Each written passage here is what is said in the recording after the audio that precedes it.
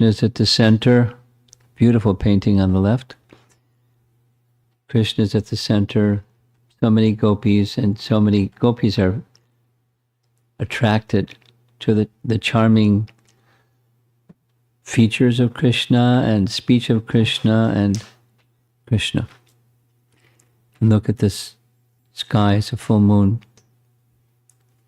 In both of the paintings, it's a full moon. On the full moon night of the Phalgun, Krishna and the gopis were celebrating Holi, or Horika, in a customary manner. So a little background. Holi, or Horika, was the sister of Hiranyakashipu, who tried to burn Prahlad in fire, but she was burned up. Along with customary dancing, this is represented by lighting fires on the eve of Holi. So they're celebrating Holi in a traditional way. The two lords praised the nightfall, signaled by the rising of the full moon and the appearance of stars, a lotus-scented breeze, and bees intoxicated by the fragrance of jasmine flowers. So it's a charming evening. At least it starts out like that, and then something else happens. So Krishna's having his Horika, or holy dance, with the gopis, and they're immersed. Krishna and Balaram sang, producing the entire range of musical sounds simultaneously. However that sounds like, who knows? Their singing brought happiness to the ears and minds of all living beings. Exceptional beauty was created by their singing and the gopis singing. So it's a singing concert. Now the scene is very nice until Sankhacuda shows up. The gopis became stunned when they heard Krishna and Balaram singing. Forgetting themselves, they did not notice that their fine garments were becoming loose and their hair and garlands disheveled. Now this painting that's on the lower left, this is one of the paintings from the book that Tamal Krishna Maharaj published for China on the rainy season and the autumn season following the summer season,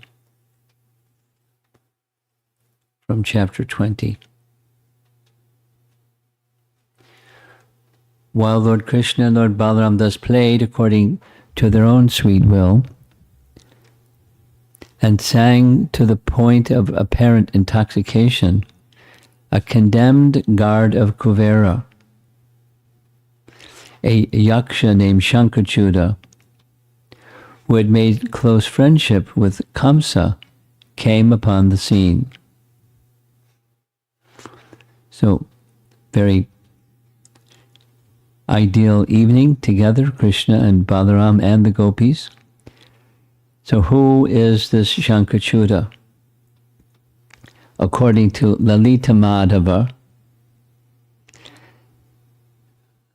what's Lalita Madhava? You know what is Lalita Madhava? You know who is Rupa Goswami? Rupa Goswami. Rupa Goswami. One of the principal Goswamis of Vrindavan, associates of Lord Chaitanya. Rupa Goswami and his elder brother Sanatana Goswami. The Rupa Goswami was very gifted in many ways, and one of the things he was gifted at was writing. I'll just tell the story because the topic itself is short.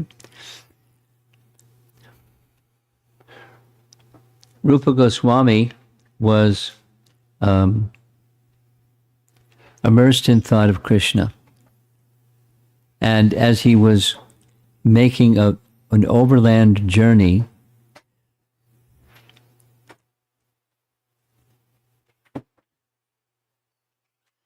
Do you know geography in India a little bit? Okay.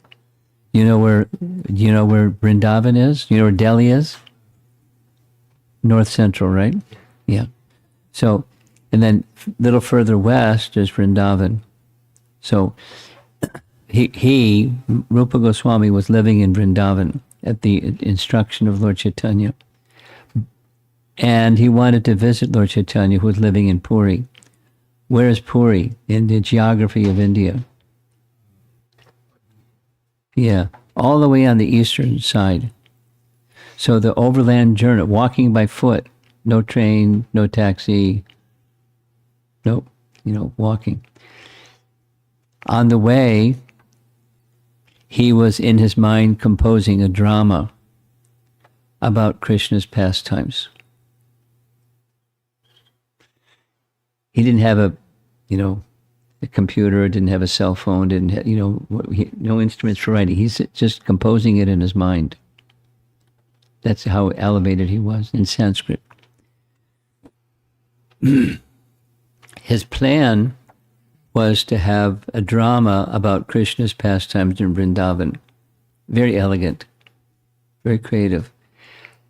However, as he was traveling, he passed a village in Orissa named Satyabhamapur.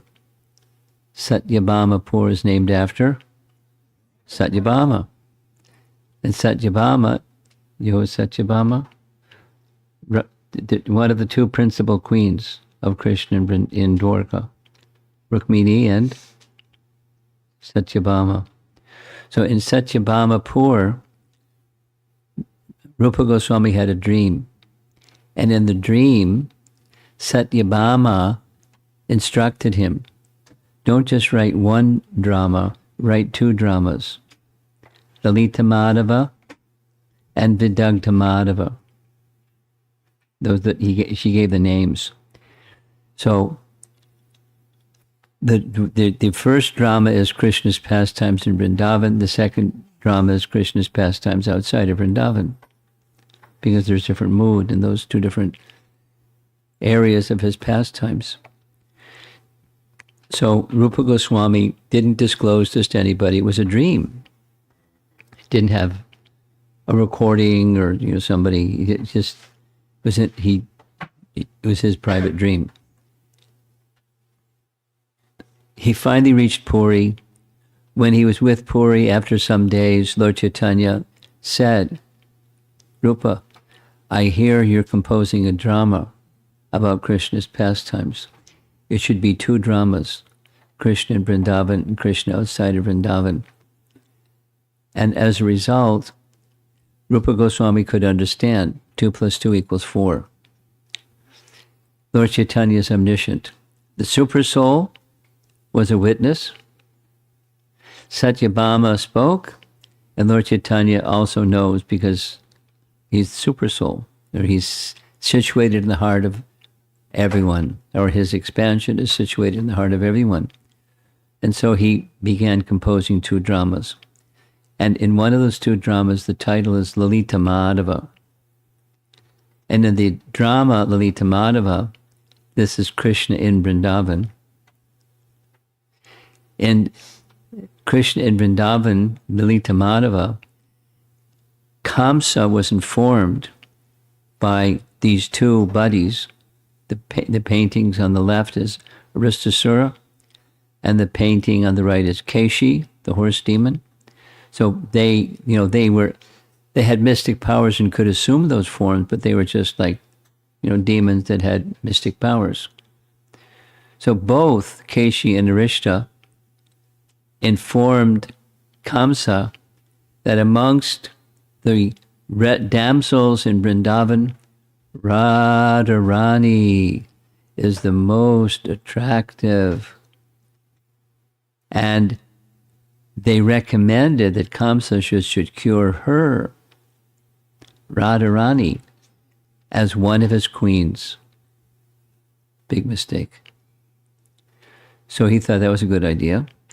And so Kamsa, who had a friendship with Sankhacuda, sent Sankhacuda to go bring Radharani to be with him in Mathura. Now, Shankha, you know the meaning of Shankha? You, yes. Conch, yes? Conch. There are 4 symbols in the hands of Vishnu. A Shankha and a Padma, lotus for giving benedictions, and a Gada, or club, and Chakra for chopping. So a conch is a benediction-giving instrument, and this demon, Sankhacuda, got the name Sankhacuda because he had a big conch shell-shaped jewel on his head. So he became known as Sankhacuda. This jewel, which had a natural brilliance, was given to Sankhacuda by Kuvera. Who's Kuvera? We'll pick on somebody else, or younger generation people. I like picking on younger generation people. Who is Kuvera? You want to answer? Who is Kuvera? Kuvera. Okay. Kuvera. You know who is Kuvera? Yeah. He's a really rich demigod. And how did he get really rich, anyways? He's a treasurer. Do you ever notice how sometimes treasurers are really rich? Kuvera is the treasurer of the demigods. And Kuvera has lots of wealth. So he had a buddy, Sankhacuda, and he gave him this jewel, this conch-shaped jewel. And some say Kuvera gave it to him, and others say that he stole it, Sankhacuda. In any case, he had this nice conch shell-shaped jewel on his turban. And so Krishna wanted, come on in, come on in. We saved a chair for you in the back. You don't want a chair?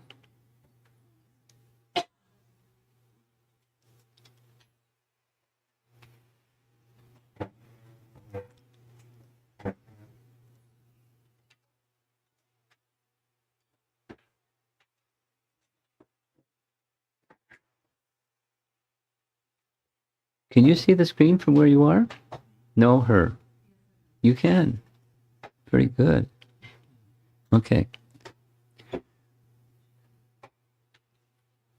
So Krishna wanted that Sankhacuda showed up. He didn't announce what he was there for, but Krishna saw the conch shell, and Krishna wanted the jewel. Not a conch shell, but a jewel shaped like a conch shell. So he knew he had to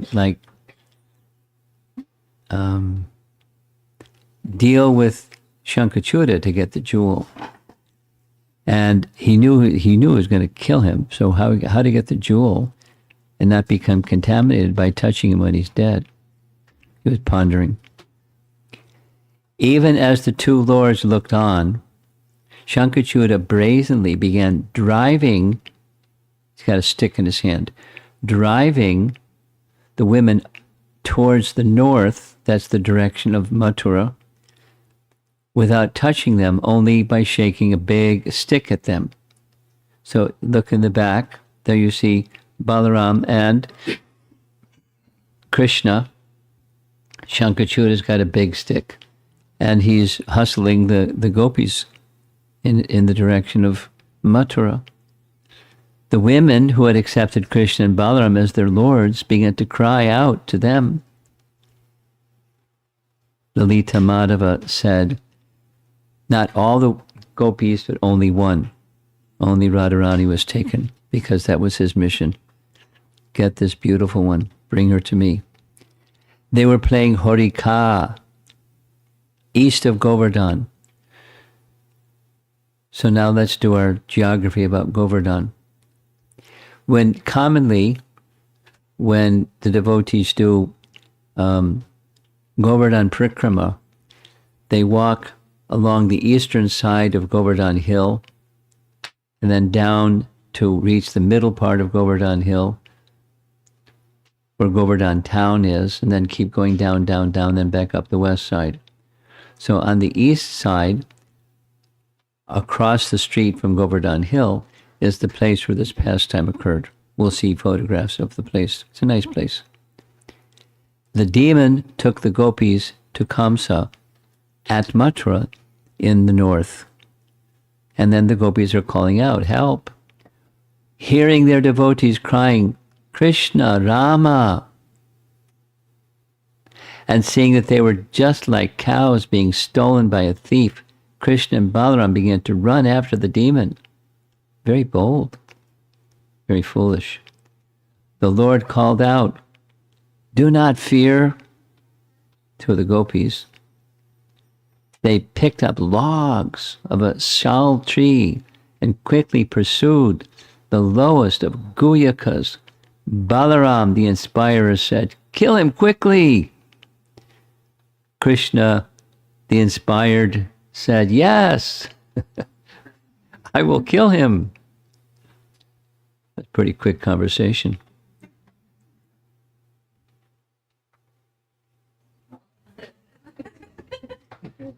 So there's a museum piece intended to illustrate, that's a Guyaka. The Guyakas and Yakshas both are military type personalities. They're assistants of Kuvera, and they have mystic powers. So Sankhacuda was one from that category. Servant of Kuvera and kind of a mystical Guyaka. When Sankhacuda saw the two of them coming toward him like the personified forces of time and death, he was filled with anxiety, confused. He abandoned the women and fled for his life. Didn't get too far. Lord Govinda chased the demon wherever he ran, eager to take his crest jewel. Meanwhile, Balaram stayed with the women to protect them. So here's Krishna chasing. Of course, the paintings are different, but he's got that big jewel on his crown. Some say embedded in his forehead. Some say in his turban. The mighty Lord overtook Sankhacuda from a great distance, as if from nearby, and then with his fist, the Lord removed the wicked demon's head, together with the crest jewel. And thus ends Sankhacuda. It was a pretty short-lived caper.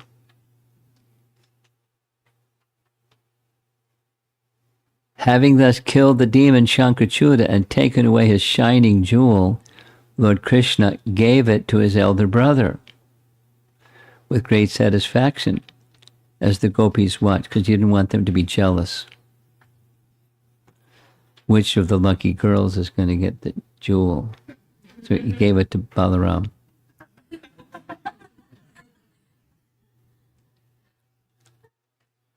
With one fist only, Krishna took off his head and the jewel at once.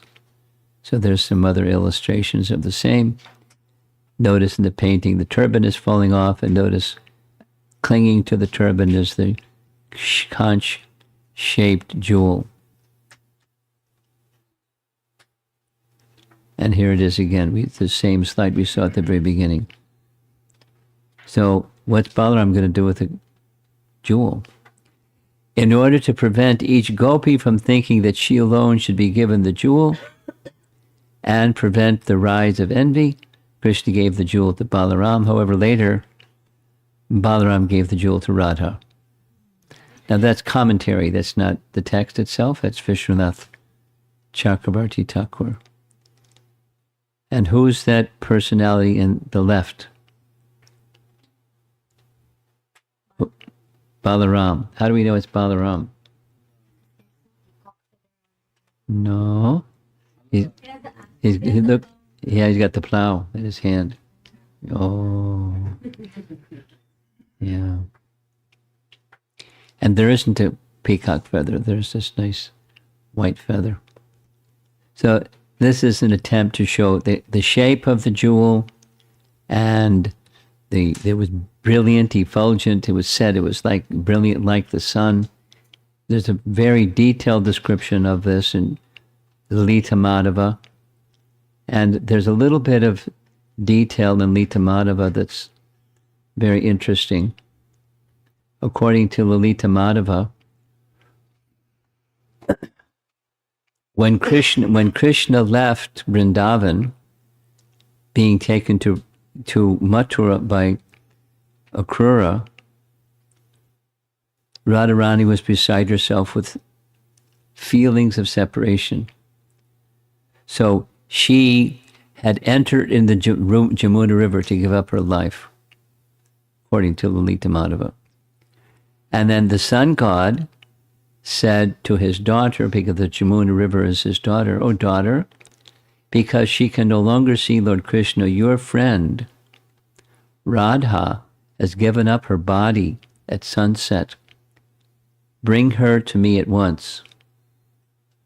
So the sun god, Vivaswan, said to the river Jamuna personified, "Bring Radha to me at once." Obeying her father's order, the Jamuna brought the grieving Radha to the sun planet.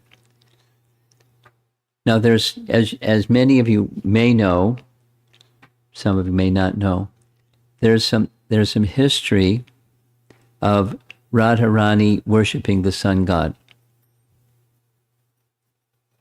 Had no idea about that, right? Surya. There's a place in Vrindavan, very celebrated place, very beautiful place, where there's a deity of Surya Dev. And then the deity of Surya Dev is known as Surya Narayana. So Vivaswan is the name of the person, of the sun god, and Surya is the name of the post. Surya, the sun god. The question is sometimes raised. We discussed this. I forget where I was when we discussed it. She worshipped the sun god because there are different persons who worship the sun for different purposes. Some persons worship the sun for health. Sun worshippers. Some yogis, they worship the sun because through the sun's rays they get powers to travel mystically where they want to go in the universe. Zoom, zoom. You don't need Wi-Fi either, just zoom. You travel by the sun rays.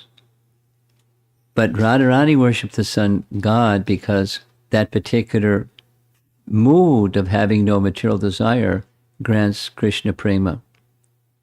So she was a worshipper of Surya Dev. It's well known in Vrindavan. There's lots of pastimes connected with. She was going to Surya Kund.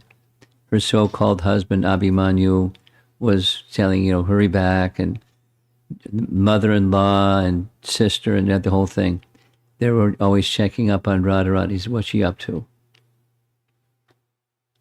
But it was a nice meeting place for Krishna and Radha at Surya Kund. There's many nice pastimes. So, being a worshipper of the sun god instructed the daughter of the sun god is Jamuna River. So Jamuna brought Radha to the sun planet. This is Lalita Madhava.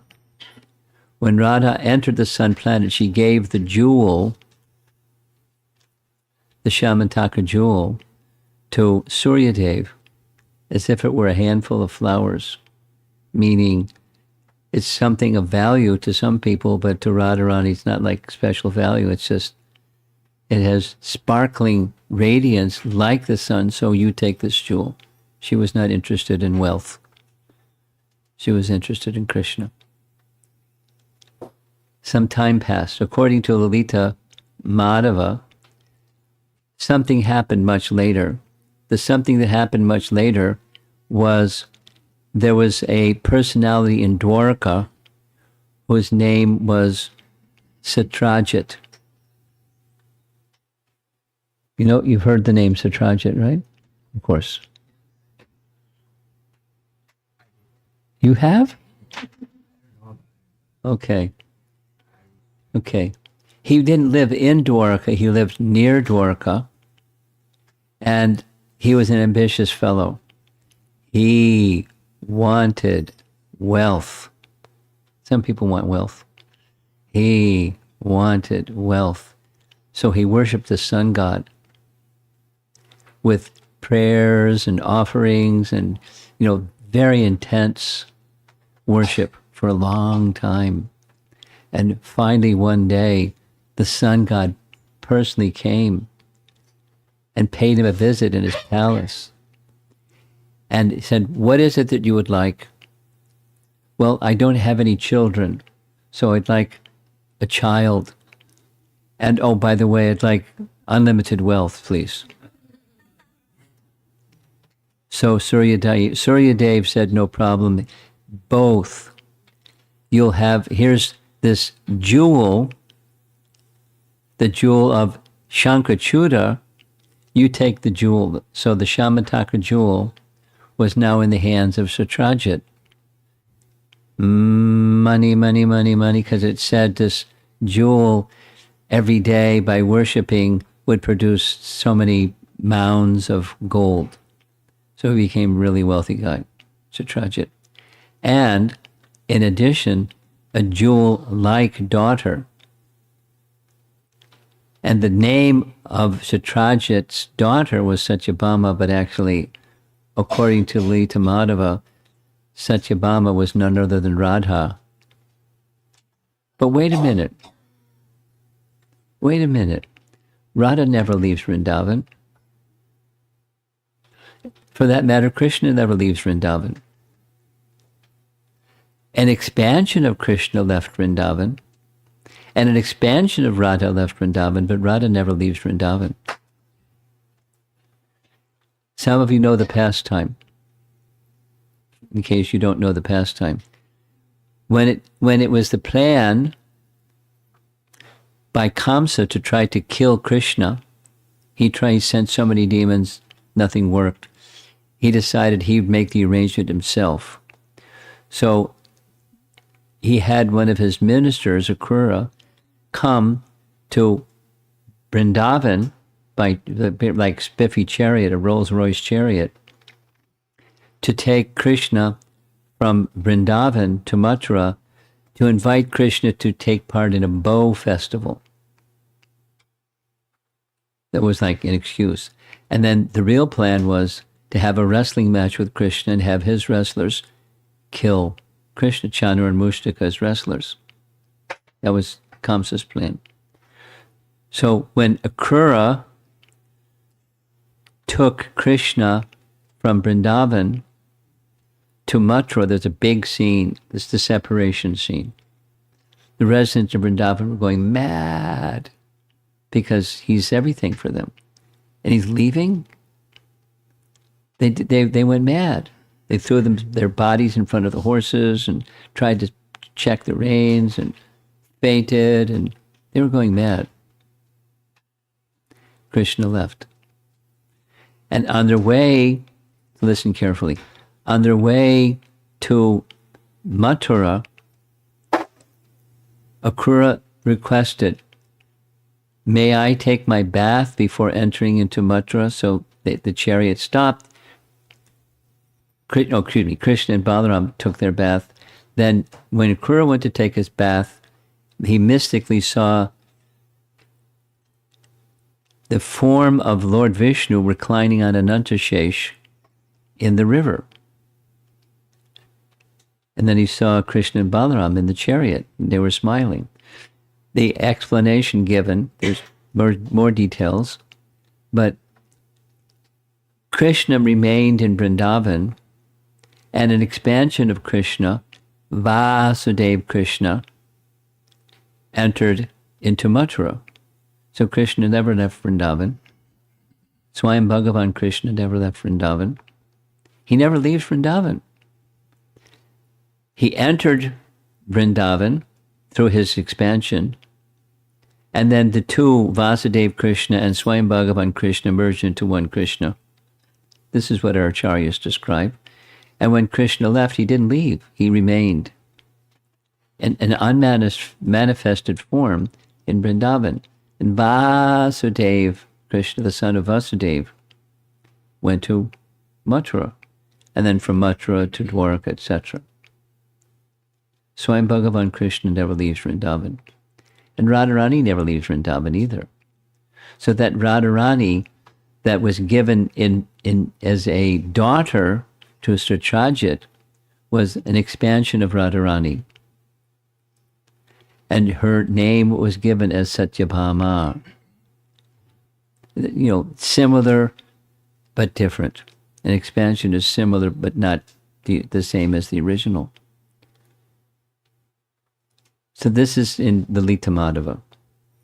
And there's another very interesting reference, which is a little confusing. So I'll just narrate it briefly.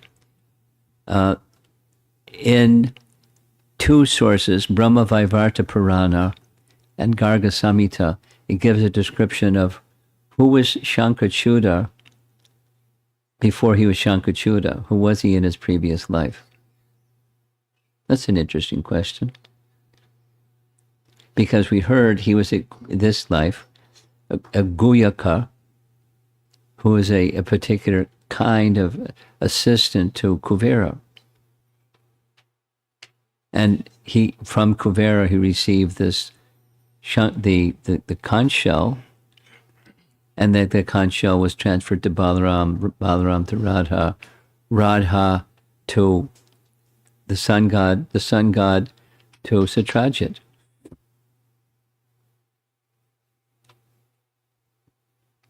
So who was Sankhacuda in his previous life? So these two scriptural references I mentioned have this very long, very interesting description that we're not accustomed to hearing, but it was published in Bhakti Purushottam Swami's Radharani book. Maybe some of you have seen it. It's one of the chapters.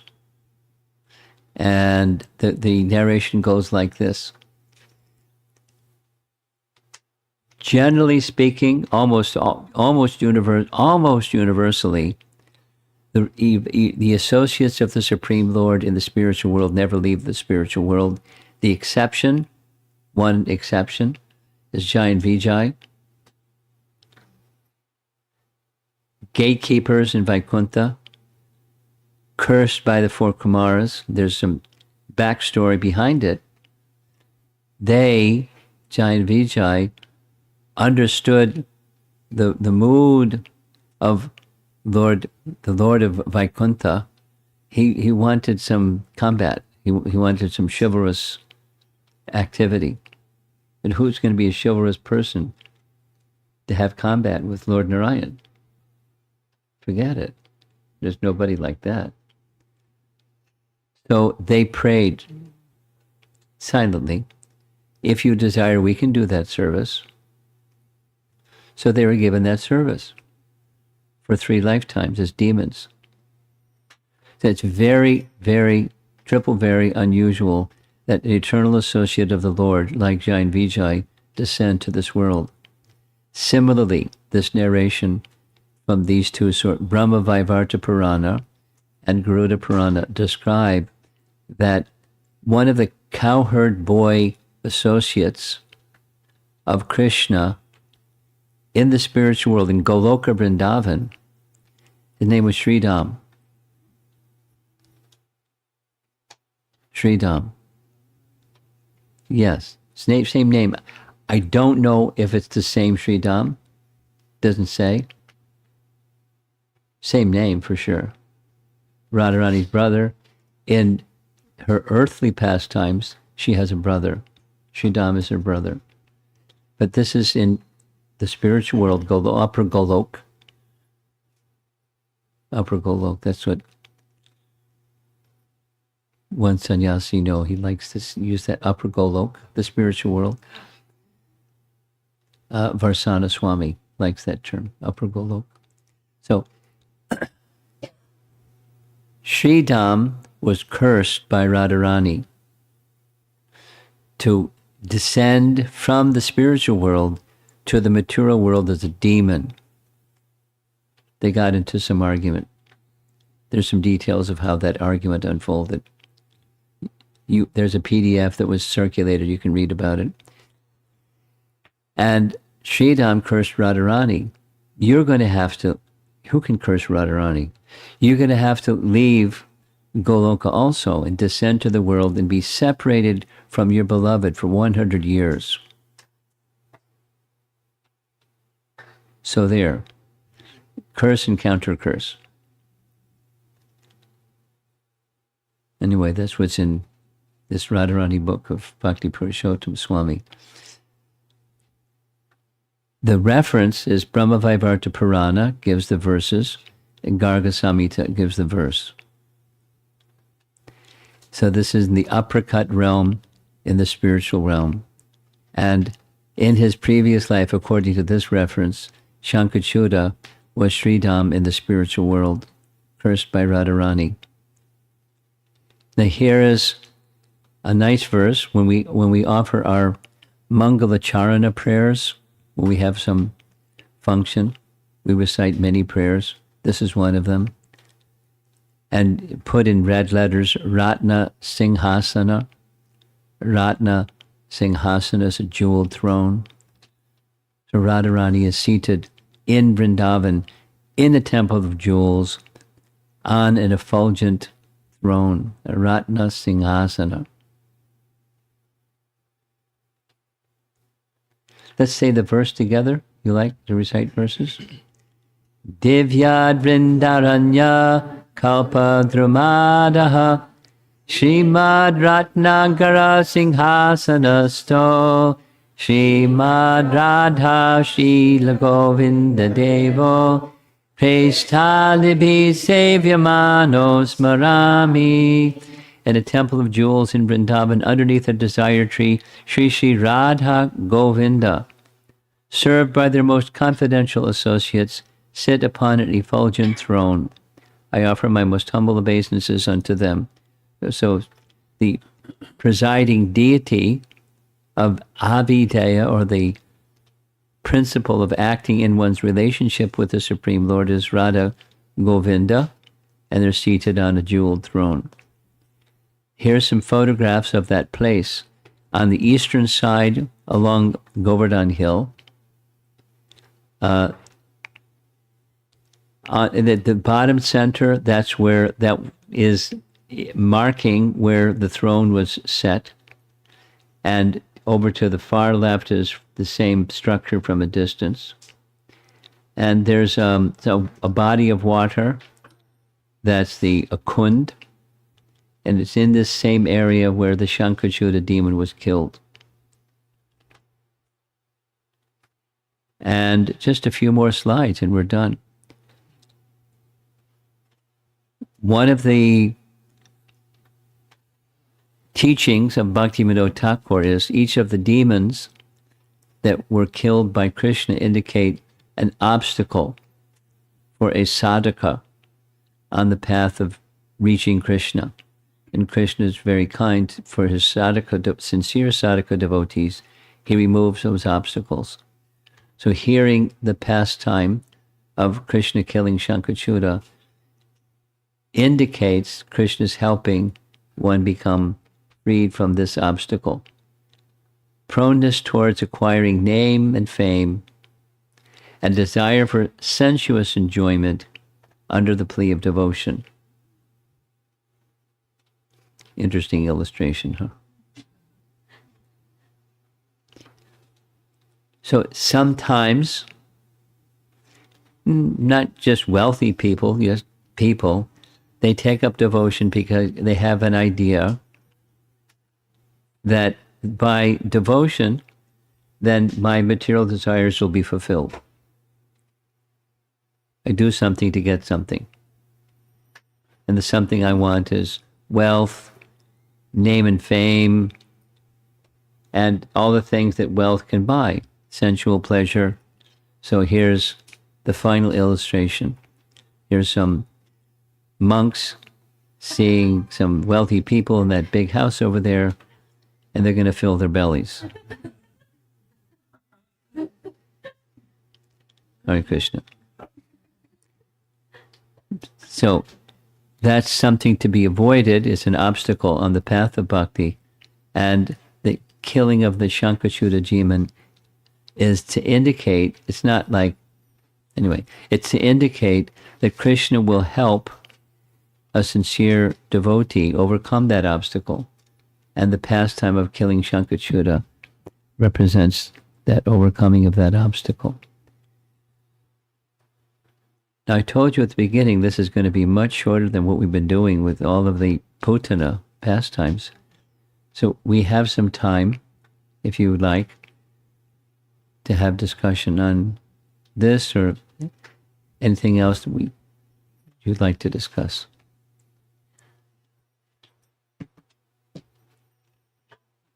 Pratibaho.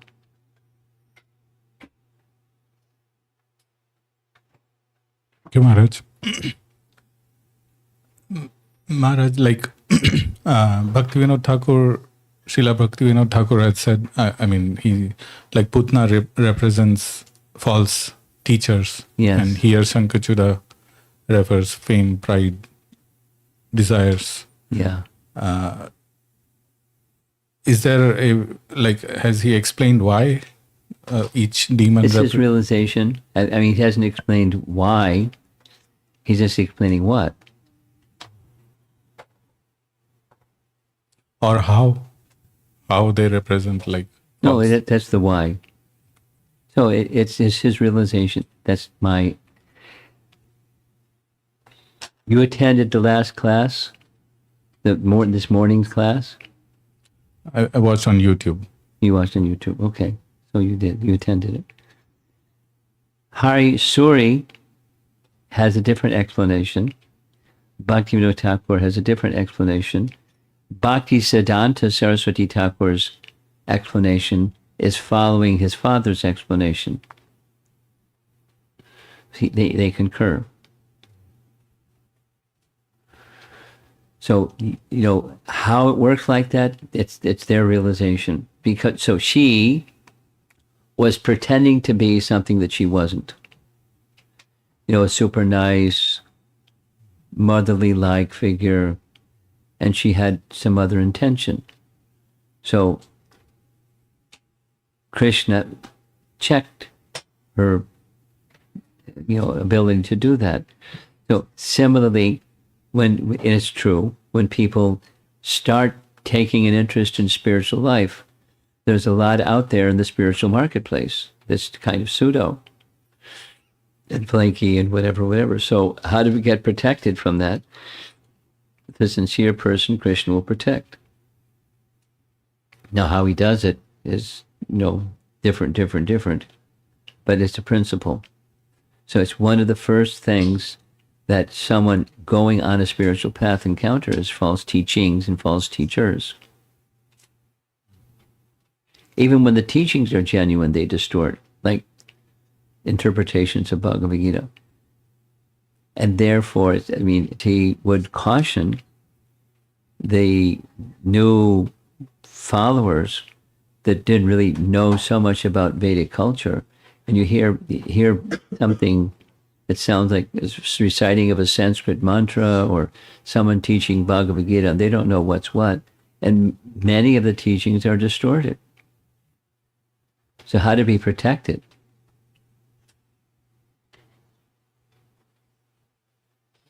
Krishna. So that's one of the first encounters on the spiritual journey.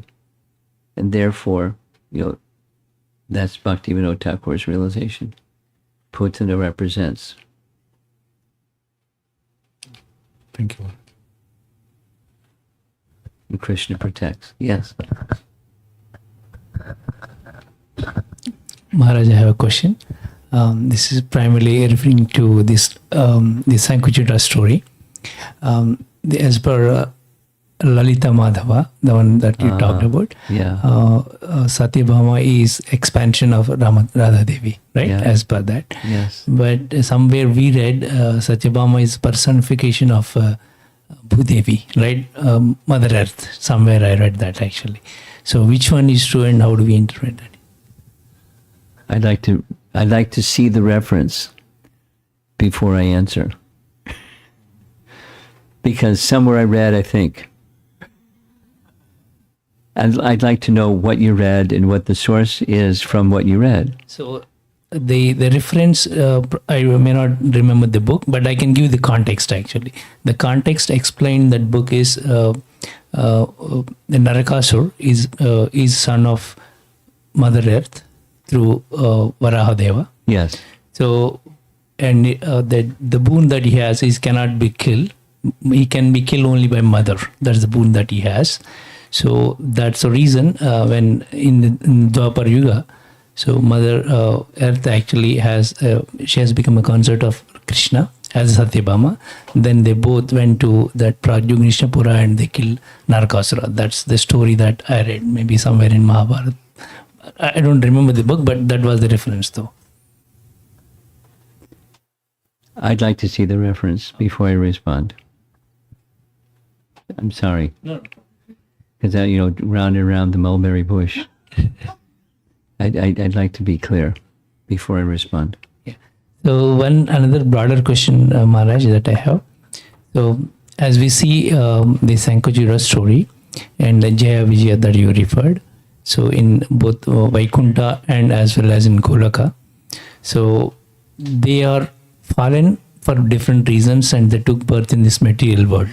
So is it that way? Is it interpret? I mean, can we interpret that way that in even Goloka or in Vaikunta there's an anxiety exists? No. Explicitly, I started this narration by saying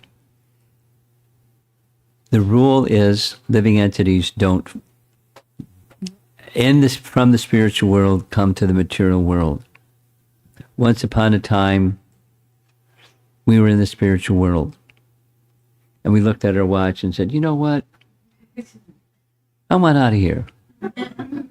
And boom, we fell. As if it's an event in time. So Jai and Vijay descend from the spiritual world as the exception, not the rule. That's very clear. Okay. So this particular example from this narration from Garuda Purana, not Garuda Purana, Garga Samhita. Living entities, this is an unending topic, my experience is. And I have my understanding of this unending topic.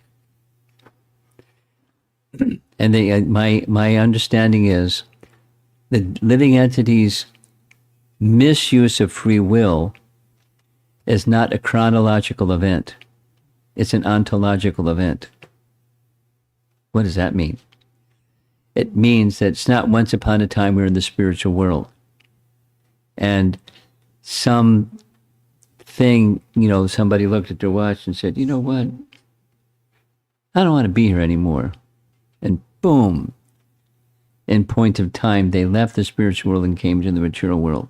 That's a chronological event. The fall of the jiva is not a chronological event. But the event is an ontological event.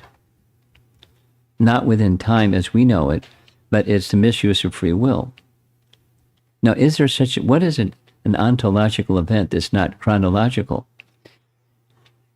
It's pastimes of Krishna. They're not within the boundaries of time, and the living entities that are in the material world, it's not a chronological event, which means once upon a time.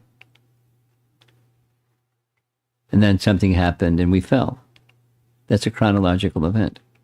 It's not a chronological event. What kind of an event? It's an event of misuse of free will. but not within time, as we know it.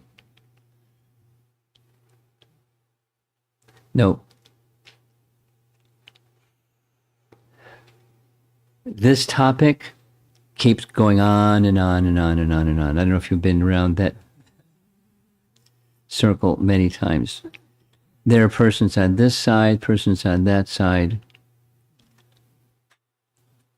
Living entities cannot fall.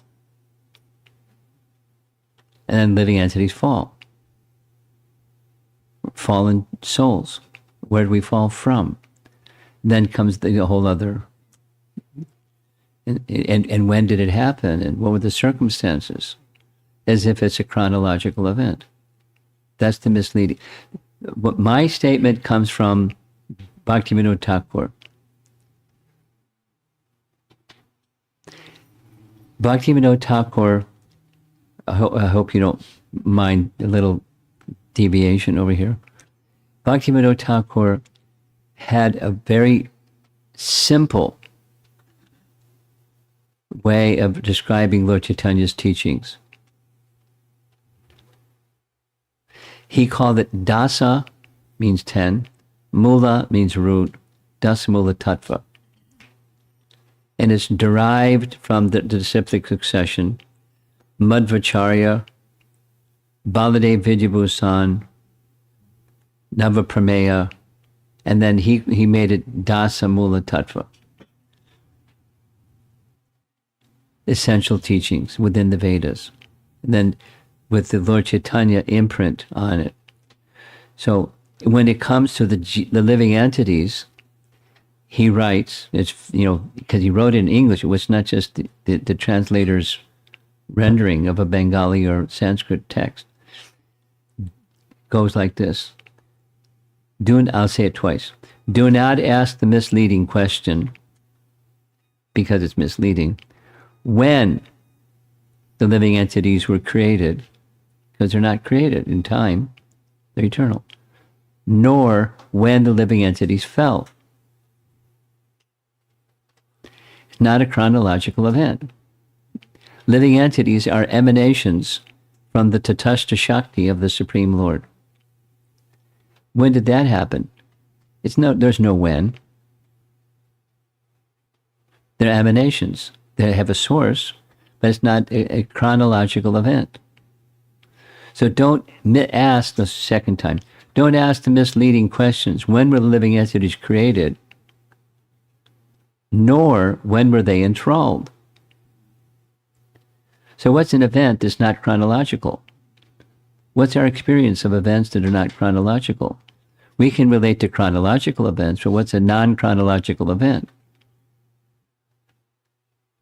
The living entities fall is one of them. Nityabadha.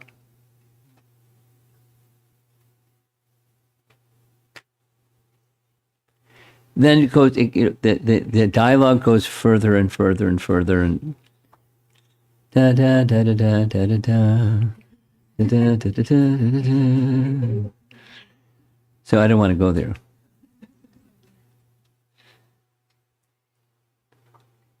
So the premise of your question, my response is, the premise of your question itself is misleading on the authority of Bhaktivinoda Thakur that makes complete sense to me.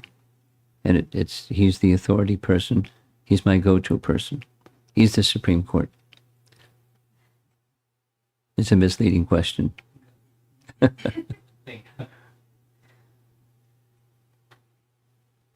Yes.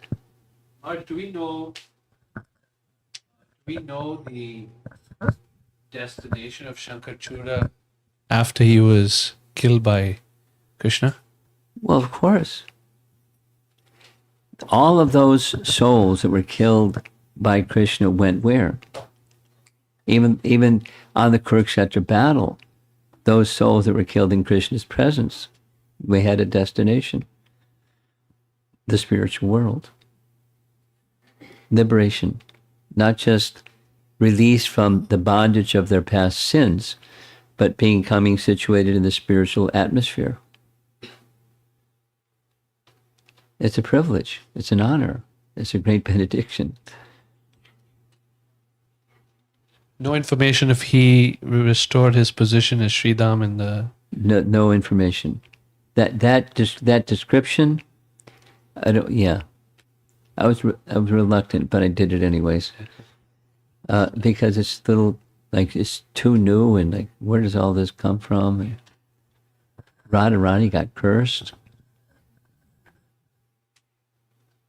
So, is it possible to curse Radharani?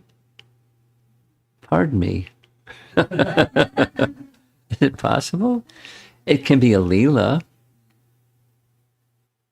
And so Leela certainly, and that's what's said in the text. It's the influence of Leela Shakti arranged all of this. What's Leela Shakti? Leela Shakti is one of the spiritual potencies of the Supreme Person through which he conducts his activities and the activities of his eternal associates. So it's an influence of Leela Shakti. It's not Sridham. It's the influence of, may have been the instrument, but it's Leela Shakti of the Supreme Lord to fulfill pastimes.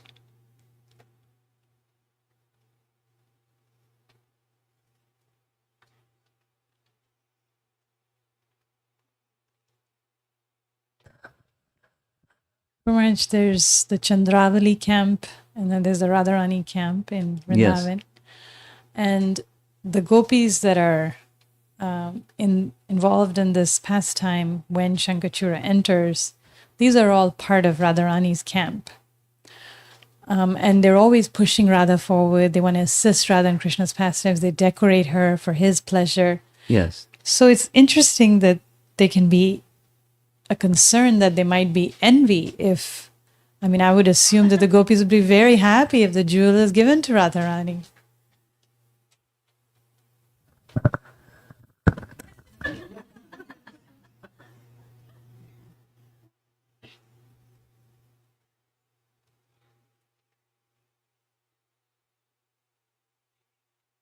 Better to be safe than sorry.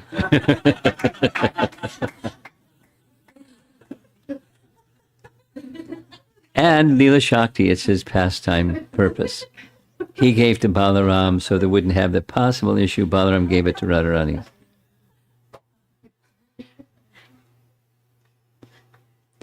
Now, this very topic that you just brought up, for those of you that will be around for the Monday morning 6:30 a.m. discussion, we're going to touch on that topic with Chinese devotees, like significantly, because Chandravali is rubbing her hands together and Padma is making the arrangement and to get Krishna to crown Chandravali the queen and not Radharani, and it's like this, but we'll hear some more about that.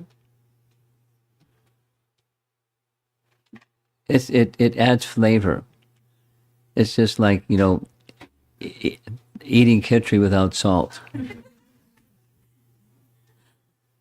can eat khichdi without salt, but a little salt. Maybe a little cumin and some other spices too. Makes it flavorful.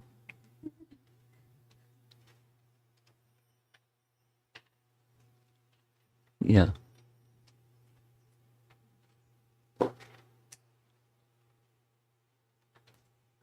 Go ahead. Hare Krishna Maharaj. So I had a really, I don't know, it's kind of simple, like a simple question. I like simple questions.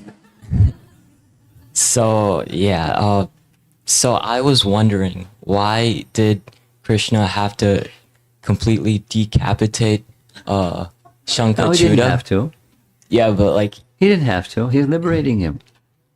But I thought that he probably decapitated him because the jewel was in his head. Well, he could have taken the jewel. Then you decapitate him to take the jewel. Yeah, that's really it. So. Don't second guess Krishna. Why didn't you do it that way instead of this way?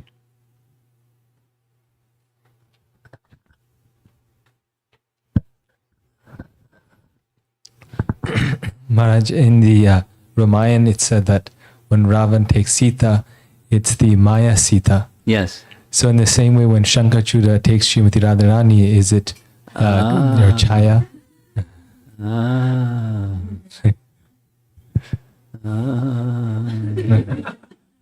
There's no commentary to that effect, but it would make sense. Because how can a demon touch Radha? Good thinking.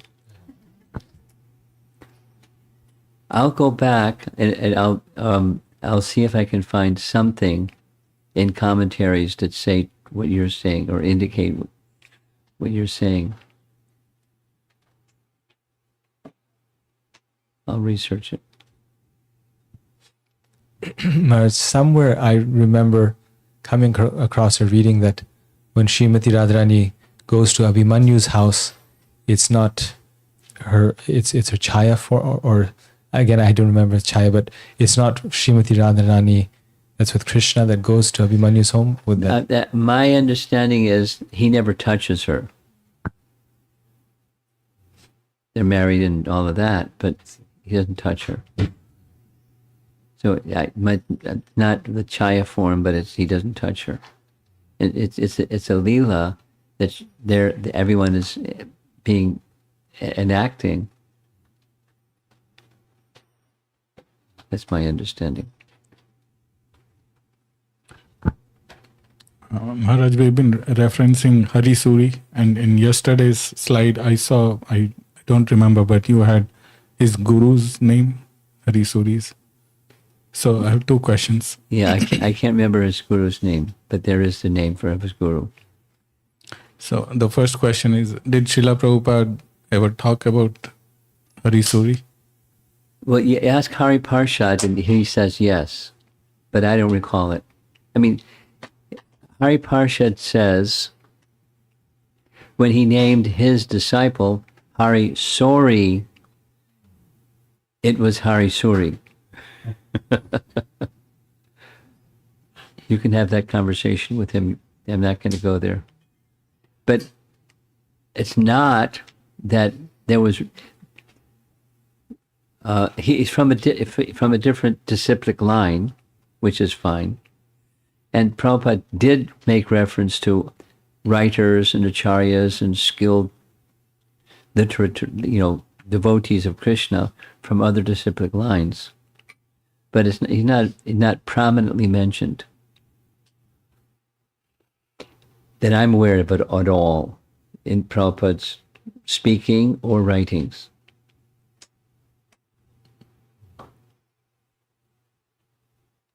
And he's more of a contemporary author also than, let's say, the Goswamis and so forth. What else? Second question was, do we know anything about his disciplic succession? I've heard Hari Parshad recite it, and I'll tell you what I'll do. Rather than, because I know what Hari Parshad is doing right now, and he doesn't have time. But I know somebody that will know, because he very closely keeps track of these things, and I'll ask that person, and I'll forward to you. I don't know if we need to circulate it to everybody. Forward it to you. Thank you. Okay.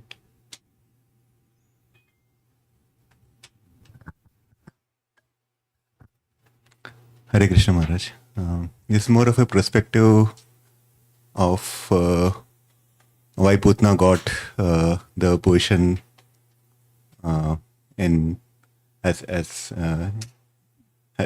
mother. This morning's class. Yeah, morning class. I may be wrong, but just a perspective. I mean, my thought process is there are only two kinds of person who thinks of anyone. I mean, 100% of the time, or every second of the time is either one who is in love with someone, or who is having very much enemy or hardcore enemy of a person. So this two kind of person usually think of the other person whom. Yes. Yeah. So Manmana. so either like motherly love, or a lover, or a bhakti. So you think of that person, or you have enmity of that. So for Putna, I see it that way, that she has been think as when she got the order from Kamsa to look for Krishna, she has been thinking of Krishna every time, looking for Krishna in every baby which she is finding there. She's basically looking for Krishna, and like a devotee look for Krishna every time. She was looking for Krishna. She was thinking of Krishna 100% of the time.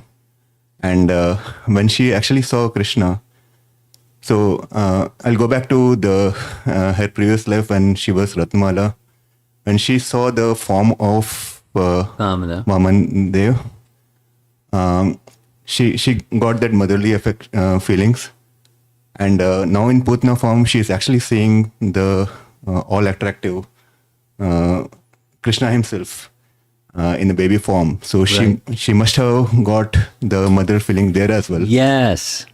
And and that's where she got that. So she wanted to feed him. That's the one she was looking for. But she has got that mother feeling during that process, and Yes. later on. You got it. You correctly understood. There was a lot of other stuff going on, but Krishna overlooked the other stuff, purified her of the other stuff, and amplified the one good thing. Yeah. And a good thing. And he just amplified it, maximized it. So very nice meditation that you've been having on this pastime. Very good. Thank you much.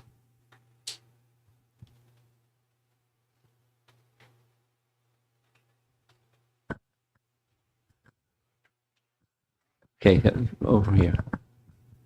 Go ahead. Maharaj, so I was looking at the picture of the monks trying to get like the result. So I started reflecting. So how do I offer the fruits of my actions when I'm doing the action itself for the fruit, and without it being inauthentic? Like Well, that's how do you be sincere? How do you be not inauthentic, or how do you not be phony? I remember very clearly somebody asked Prabhupada, how do you become sincere? And he didn't pause at all. He said, everybody knows what sincere is. You just be sincere. That was his answer. To be genuine. So with bhakti, it was at the heart that Krishna should be pleased. That's at the heart of bhakti. It's the heart of the heart of the heart of the heart of the behaviors is Krishna should be pleased. So whether it's on this side, there was some question the other day about austerities, or on that side, or seeking to get something. Whether you're trying to give up something or trying to get something, what's the purpose of either? And if the purpose is not to please Krishna, that is not bhakti. So how to have that purpose? Know what the purpose is, and do some scrub it up in the heart. Make the heart fit place for that desire to flourish. And that means, simultaneously the other desires should diminish. You turn on the light, the darkness is dispelled. That's the classic explanation. Just keep turning on the light. And the light is, Krishna should be pleased. The purpose of my life is that Krishna should be pleased. And everything. A to Z. And there are some things that are a little easier. Like let's take, because your whole family, you like music. So it's easy to like music because it's in your blood. You like music. Now, how to do music? So it's not just you like because you like it. That there's the meditation on the bhakti principle. Let me take this gift that Krishna has given, music, ability, and the attraction from music itself. Let me offer that to Krishna because it's Krishna's. It's for him. So you just keep exercising that bhakti muscle. And you neglect it, and it becomes weak. But you keep exercising the bhakti muscle, it gets stronger. So just practice, abhyasa. And then it becomes your way of life. There's still going to be a mix, but then you keep striving for the rest of your life for the unmixed. Shuddha music. Shuddha sattva music. Kijai. Now, where's the other microphone? He's got something over here. Can we pass the microphone up front?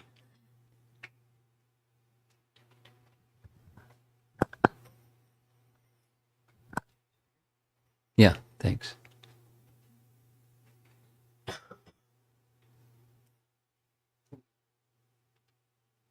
Maharaj, so I actually had a list of questions, Maharaj, but I was thinking a few of them I can ask you right now and a few some other time when you're free, Maharaj.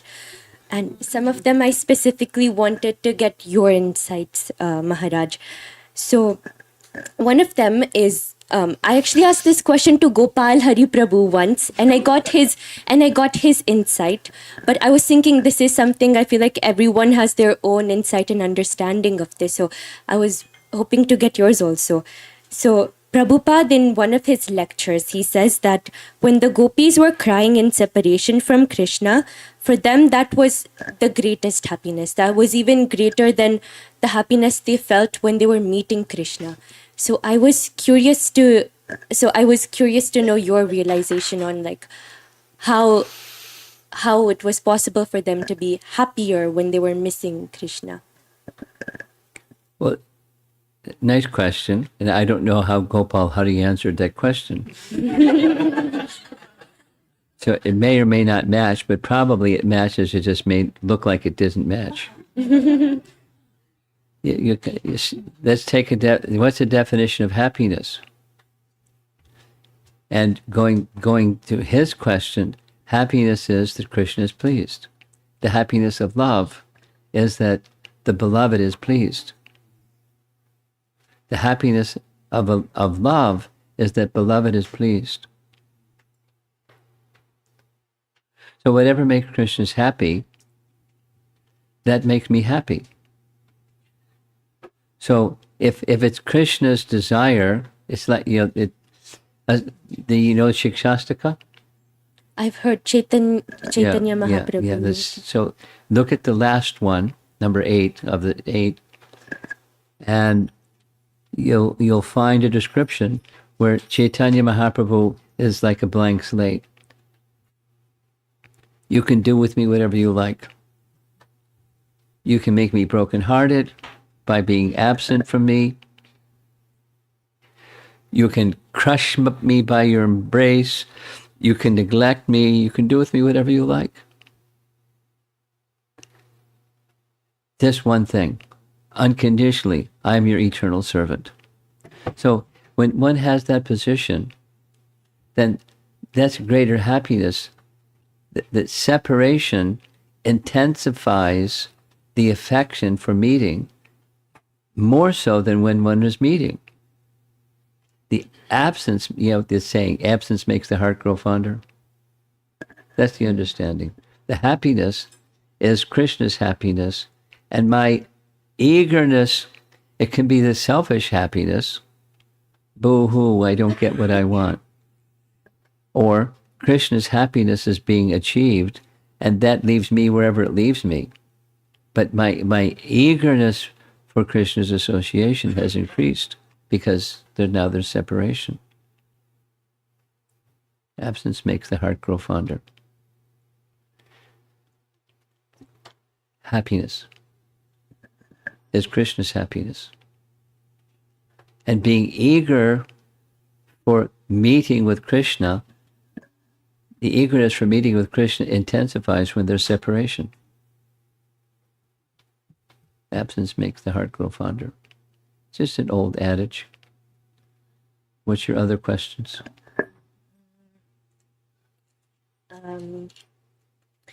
Another question, Maharaj, was this one.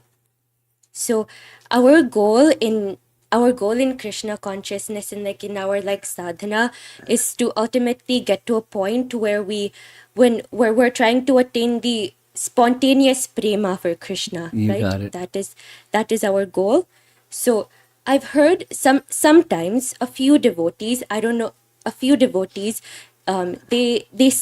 they say things like, if you do this practice, if you chant like this, if you do this and that, That's sadhana. sadhana, if you do these things in this way, then you will attract the attention of Krishna. And sometimes it feels like maybe I Mechanical. might be understanding it. Understanding this wrong. But some of the things that we do it to attract the attention of Krishna. But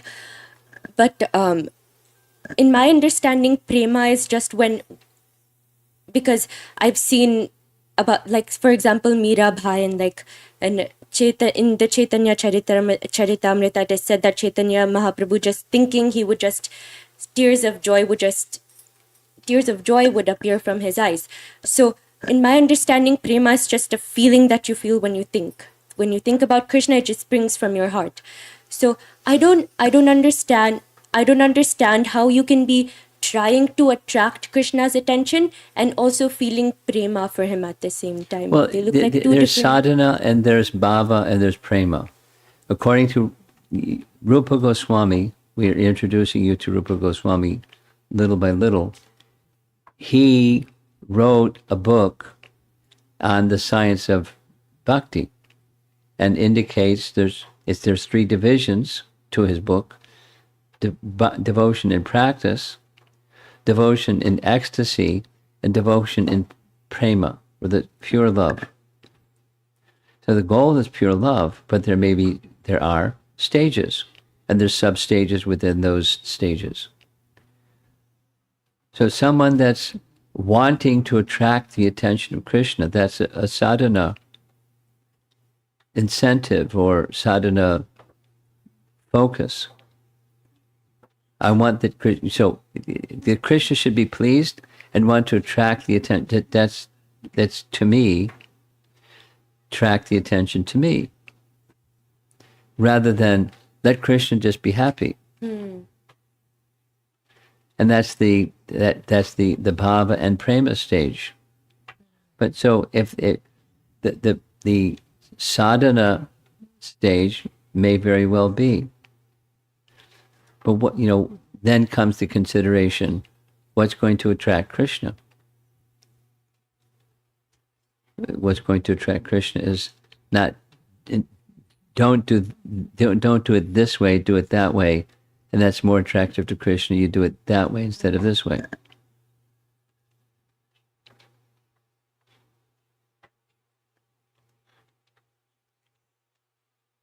Let's just take cooking, because I used the example.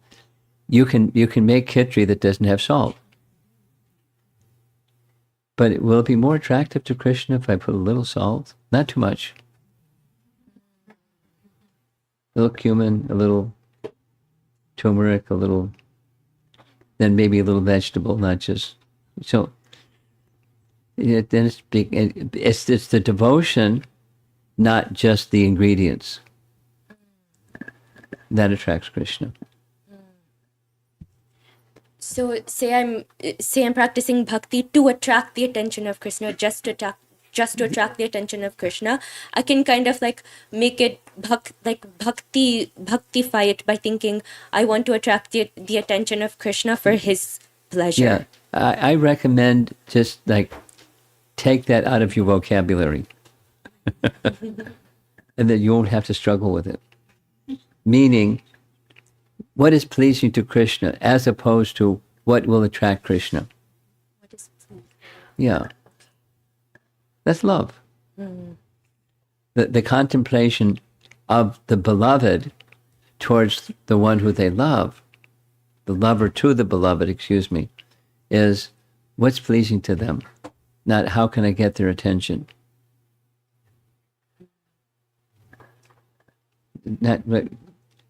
It's not self-centered. It's Krishna-centered. Bhakti is Krishna-centered.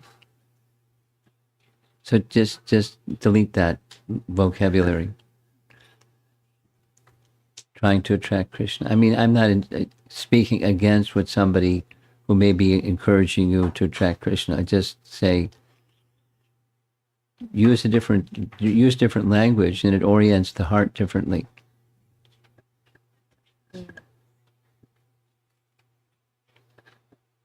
Now, Krishna is attracted when there's love.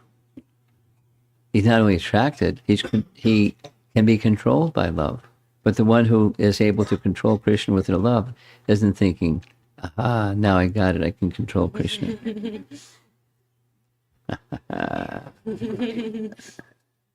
Not like that. You get your one more. Yes, Maharaj. So this one. So Prabhupada in conversation with Bob tells him that Radharani is said to be the best devotee because she sees everybody as a devotee. Like, she doesn't make the distinction, this is a non-devotee or devotee. In her eyes, everybody is a devotee, and she loves everybody as a devotee. So What about you and me? We're not in Radharani's platform. Yeah. So my question was, keeping that in mind, what is greater? When you try to bring people to Krishna consciousness by convincing them, or when you just love and respect them as they are without thinking devotee, non-devotee, just completely taking that terminology off your mind? Well, you can't just delete it. You have to grow to that stage. You can't become an Uttama Adhikari by, just rewiring your hard drive.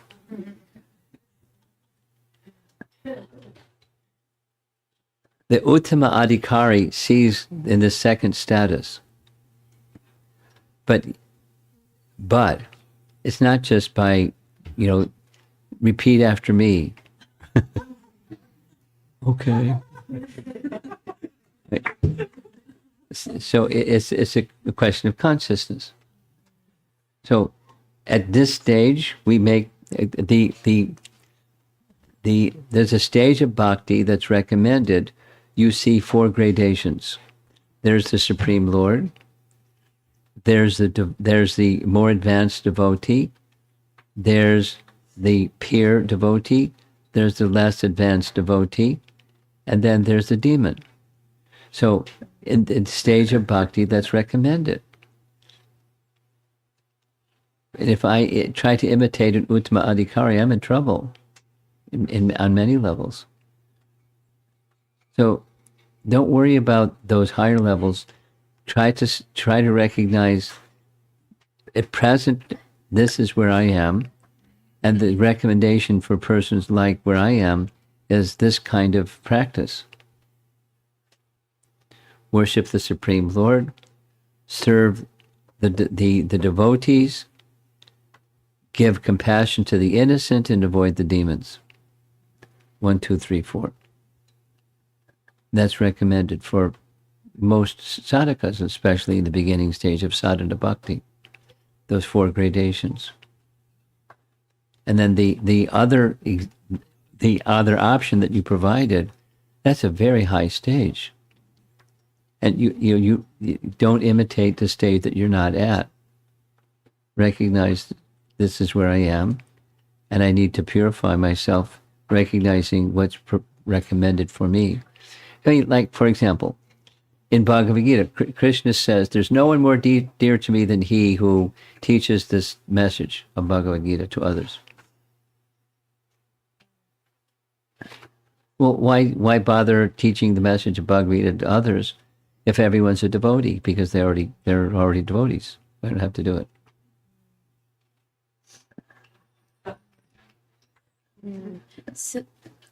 But So I was confused because I think it's also mentioned that you should not.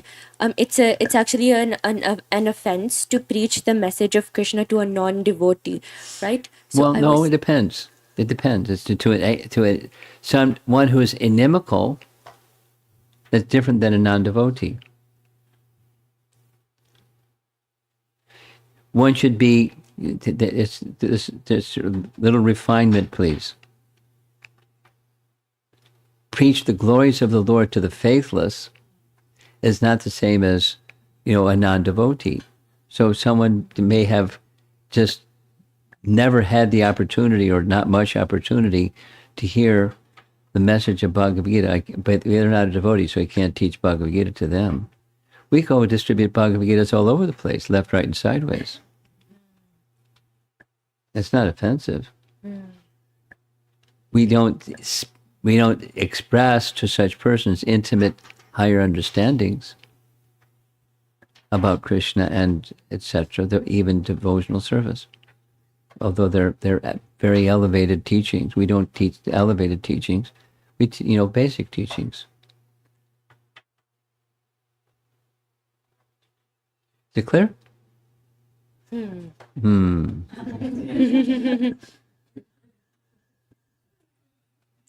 So then it's taking there's a distinction between those who are inimical and those that are innocent, non-devotees.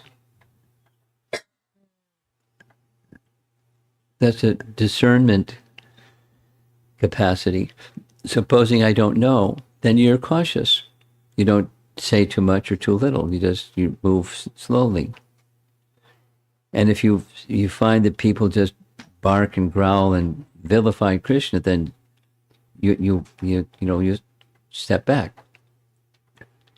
But the person is simply innocent, and they're curious, then you can share.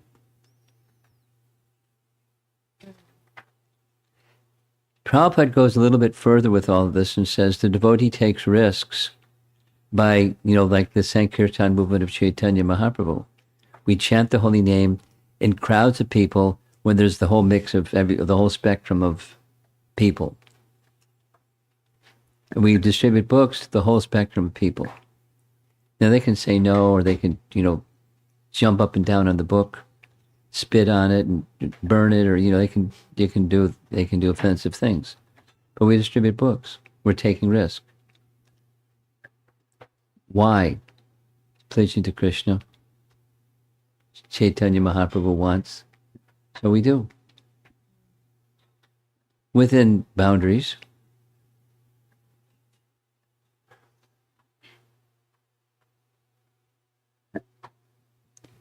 Okay. Is that it? Thank you, Maharaj. Does she have a question? She's waiting for prasadam. Srila Prabhupada ki